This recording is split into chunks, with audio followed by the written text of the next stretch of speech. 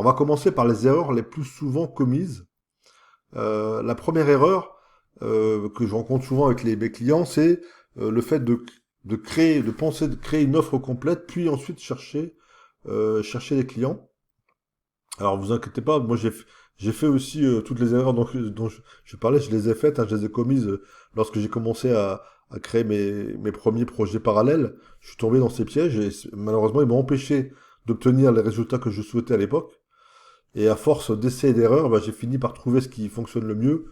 Et c'est l'objectif. Je vais partager aujourd'hui mes découvertes afin que vous puissiez économiser du temps et de l'argent dans la réalisation de votre propre side project. Donc là, on va y revenir. Mais l'idée, c'est d'abord de se focus sur votre client cible, savoir qui il est et quels sont ses problèmes. Et votre offre va être une réponse, une solution à ceci. Et il ne s'agit pas de créer d'abord une offre en plus complète pendant 6 mois et vous rendre compte au bout de 6 mois que ben, finalement personne ne va l'acheter parce que vous n'avez pas répondu à un besoin du marché. Donc, je l'avais fait au départ, dépenser beaucoup d'énergie, d'argent aussi en publicité pour essayer de convaincre des prospects d'acheter le produit que j'avais réalisé d'abord. Donc, en réalité, ben, c'est ce qu'on va voir. Il faut d'abord vous concentrer sur la cible, donc comprendre ses besoins, ses problèmes, ses frustrations, et ensuite créer une offre qui résoudra ces problèmes de manière la plus rapide et la plus efficace, et en même temps, vous vous démarquez de vos concurrents. Donc ça, c'est l'erreur numéro un qui est faite et qui serait bien sûr à éviter. L'erreur numéro 2, là, elle est vraiment très courante, c'est de vouloir vendre à tout le monde. Elle est commise par des entrepreneurs débutants, mais aussi par des freelances ou des solo-entrepreneurs plus expérimentés qui essayent de vendre leurs produits vraiment à tout le monde en se disant, bon, bah, plus il y a de personnes, c'est logique, plus il y a de personnes, plus je vais pouvoir vendre. Malheureusement, c'est un mauvais raisonnement. Parce que plus vous essayez de vendre à quelqu'un de large, moins vous êtes ciblé dans votre approche et votre message, et moins vous êtes audible. En réalité, si vous voulez être identifié et compris et entendu, bah, il est nécessaire de cibler votre public, votre audience idéale. Et si vous ne faites pas ça, bah, en fait, vous diluez votre message et personne ne se sentira concerné. Et vous ne traiterez pas des problèmes en particulier, ce qui fait que bah, votre offre, elle sera loin, très loin d'être irrésistible.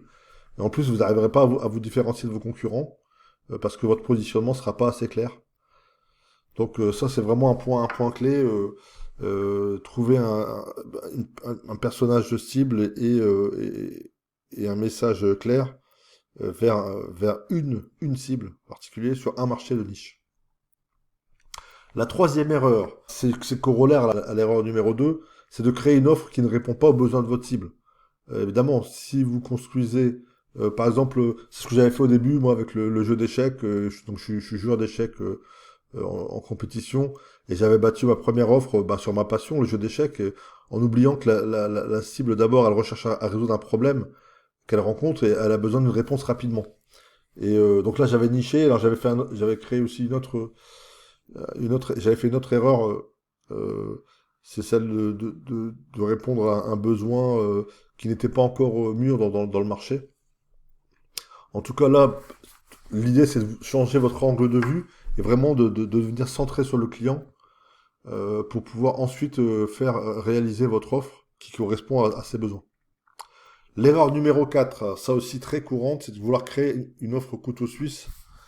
C'est-à-dire, finalement, ça revient pareil de se dire, bon, je fais une offre et je l'adresse à plein de monde. Mais là, c'est faire plusieurs offres que j'adresse à une cible. Quand je dis plusieurs offres, c'est-à-dire des choses, bah, vous perdez votre client, surtout quand vous démarrez. Elle se perd, votre offre devient complexe, mais votre client, votre prospect ne comprend pas qu'est-ce que où vous voulez aller, quelle est la meilleure offre qui peut l'aider. Et finalement, il choisit pas. Donc, il y a une théorie là-dessus d'un psychologue sur la théorie du choix qui s'appelle Schwartz en psychologie sociale qui a démontré que effectivement quand on avait trop de choix, notre cerveau avait tendance à pas faire de choix finalement et à suivre cette situation très pénible pour lui.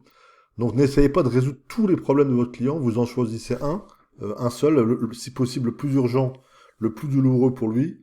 Et plus tard, bah, vous aurez bien l'occasion de proposer d'autres services à votre client s'il a travaillé avec vous et s'il vous fait confiance.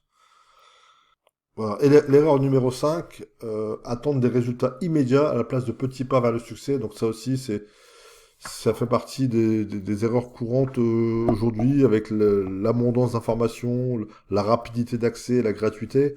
On a l'impression, et en plus c'est ce que vendent les marketeurs souvent sur Internet, ils vous vendent des solutions rapides, efficaces et sans effort. Donc vous avez l'impression que c'est ce qui va se passer, mais en réalité, moi je l'ai constaté aussi à travers mes side projects, c'est il faut du temps pour mettre en place les choses, pour y revenir, pour réitérer, avant d'atteindre le succès. Donc pour résumer, si vous voulez, par rapport à l'offre parfaite, l'idée c'est de proposer une offre unique avec un bénéfice précis qui répond à un problème si possible urgent et douloureux pour une cible aussi précise.